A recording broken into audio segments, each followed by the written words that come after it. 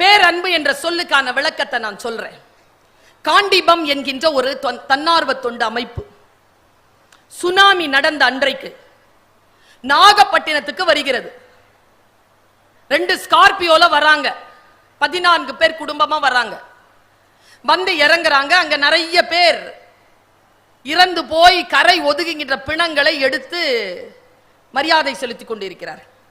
அதுல அந்த செவிலியர்கள் இருக்காங்கல்ல, கையில ஒரு பிரஷ வச்சுக்கிட்டு கண்ணையும் மூக்கையும் மட்டும் விலக்கி பாக்குறாங்க. கண் அசைஞ்சதுன்னா உயிரோட இருக்கிறாங்க, இல்ல அசையல மூக்கல கண்ல இந்த கருப்பு மண்ணு அடைச்சுக்கிட்டு இருந்ததுன்னா இறந்துட்டு. அப்படி பார்க்கின்ற பொழுது நிறைய பிணங்கள், குழந்தைகளின் பிணங்கள் ஒதுங்கின. ஒரு 8-9 குழந்தைகள். அந்த கடல் அரக்கன் போட்டு அப்படி துணி எல்லாத்தையும் அடிச்சு கிளப்பிக்கிட்டு ஊதிய உடல்களை கரை ஒதுக்கி இருக்கிறது. எடுத்து குழியில போடுறாங்க. நான் பார்த்த காட்சியை சொல்கிறேன். குழியில போடுறாங்க. ஒரு அம்மாங்க, அந்த அம்மா பேரு ராக்காயி, இன்னைக்கும் இருப்பாங்கன்னு நினைக்கிறேன். ராக்காயி. அந்த அம்மா ஒன்னும் இல்ல, பார்த்துக்கிட்டு நிக்குது. ரொம்ப நேரமா பார்த்துட்டு நிக்குது. தாசில்தார் சொல்றார் மூடுங்கன்ற.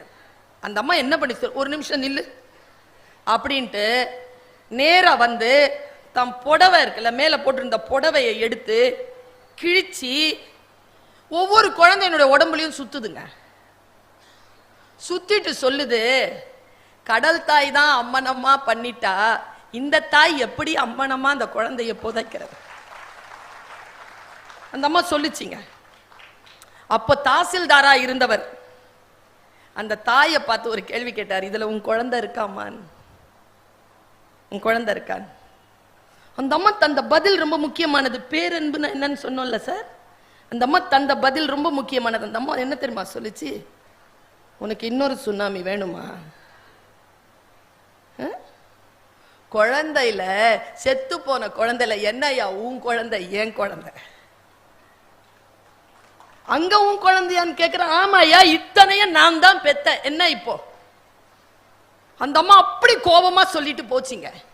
நான் யோசித்து பார்க்கிறேன், யாரோ ஒருவருடைய மனதில் விழக்கூடிய கருப்பு விதை சுனாமி போன்ற மிகப்பெரிய பேரழிவுகளையும் ஒரு விதை அன்பாக விழுந்தால் மிகப்பெரிய வெளிச்சத்தையும் இந்த உலகத்திற்கு தருகிறது. அதனால் தான் சொல்லுகிறேன், நல்ல விஷயங்களை பெரிதினும் பெரிதாக கேட்டு பாருங்கள், இந்த பிரபஞ்சம் உங்களுக்கு பதில் தரும்.